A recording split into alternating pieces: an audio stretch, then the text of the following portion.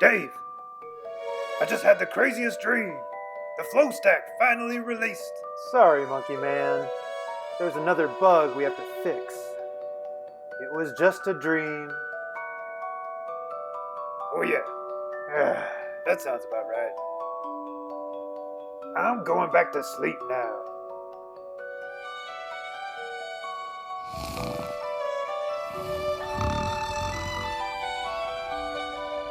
What?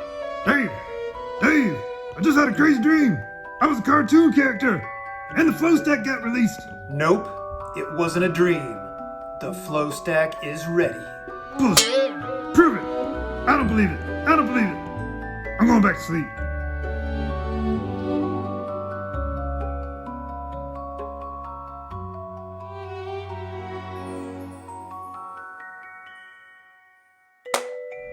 Are you dreaming? No, the FLOWSTACK has finally arrived. I have released this indicator into the wild. It is available now. It is quite possibly the most amazing indicator that has ever been created. I'm on a 1 minute NQ chart. I've also got data for the ES 1 minute chart. You can see the delta for the NQ and the ES 1 minute candles above each candle. There's also a special delta grid up at the top showing the current bar and as many previous bars as you would like to see. You can also add more than just these two instruments. You can view the delta information for the main chart plus 3 additional instruments and timeframes. The FLOWSTACK is also painting the candles green or red.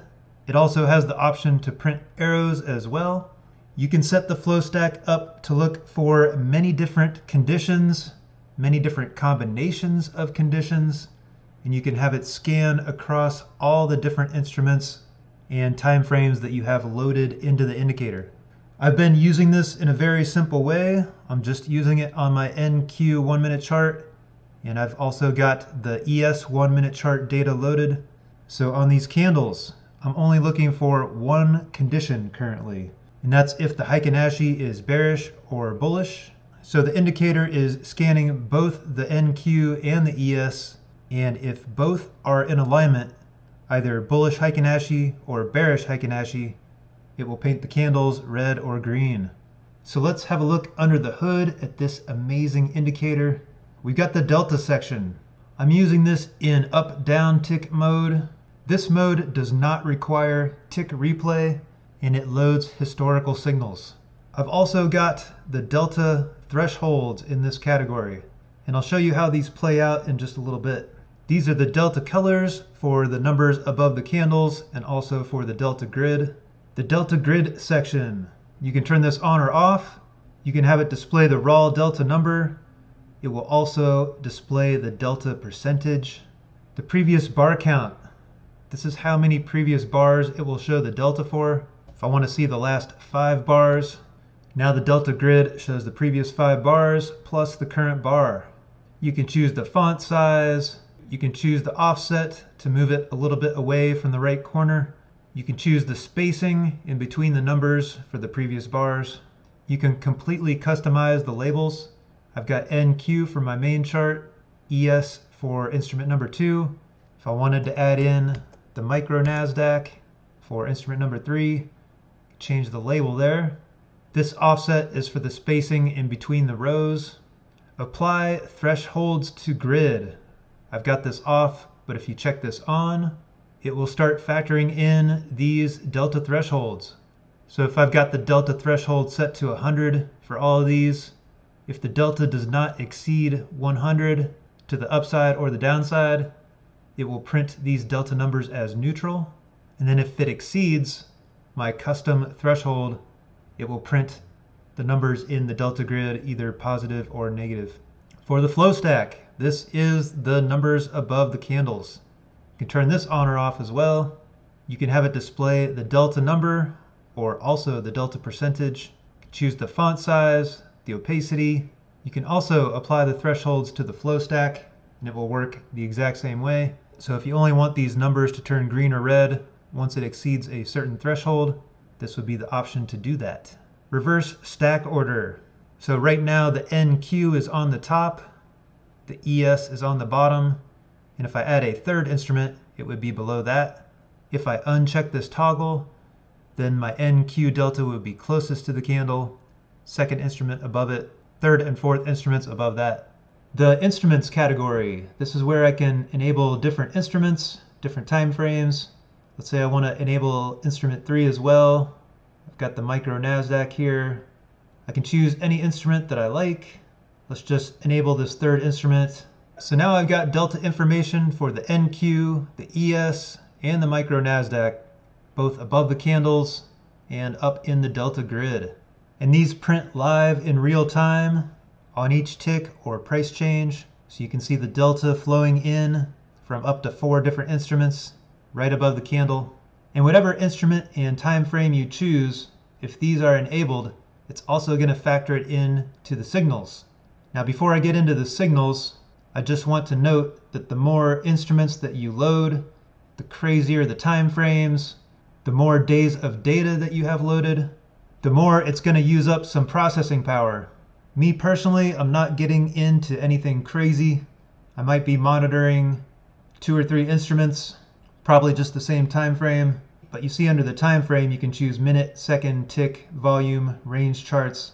I'm throwing this in as an experiment, but there are no guarantees on the additional time frames, just to be very clear. So if that's something that's super important to you, please do not grab this indicator.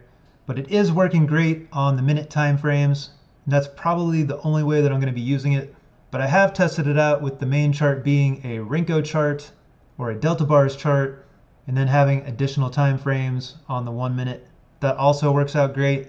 So if you want to trade some Delta Bars or some Renkos, but you want to be monitoring the 1 minute delta, and you want your signals to be a mixture of data from the Renko and the 1 minute, then that's a possibility as well.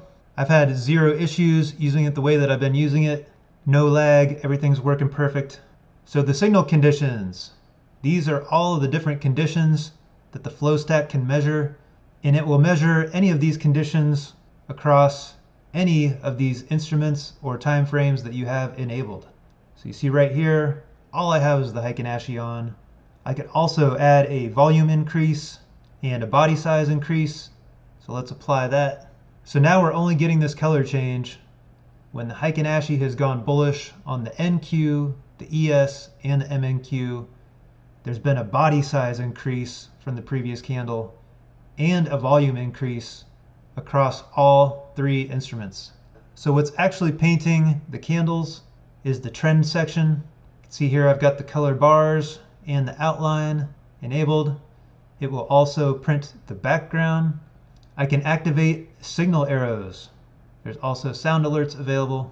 So the signal arrows are going to print every single time all of the conditions line up and are true. So right here, all 3 conditions were true. We got a signal arrow. Right here, they were all true as well. We had bullish heikin ashi, we had a volume increase, and we had a body size increase.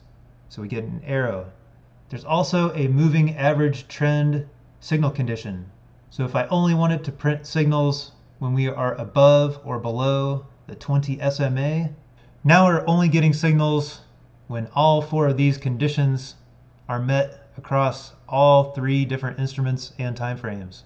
We never had a close below the 20 SMA with all of the other conditions that I have selected also being true, and we stayed bullish all morning long. And of course I can turn the arrows on or off. So this time I'm just using the delta number threshold. I've got the delta number threshold for the main chart set to 100, which is the NQ 1 minute.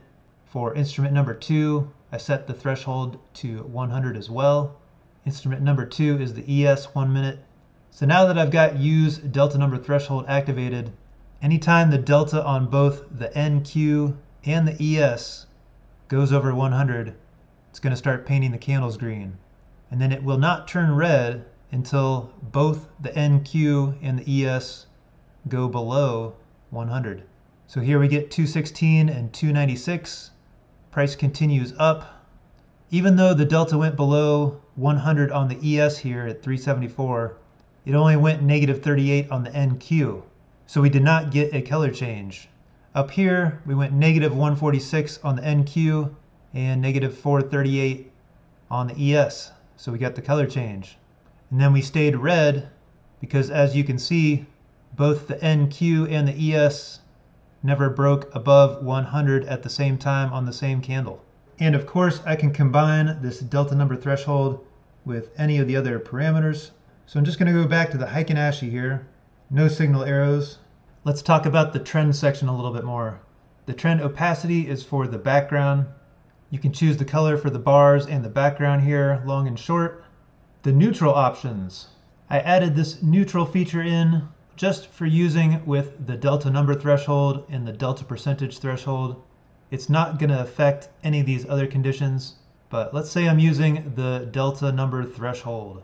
If I apply the neutral colors to the trend, you see we get the neutral bar coloring. Anytime that both the NQ and the ES are not above or below the threshold. When there's a mixed bag, the candles will stay neutral. And then we have the trend on bar close.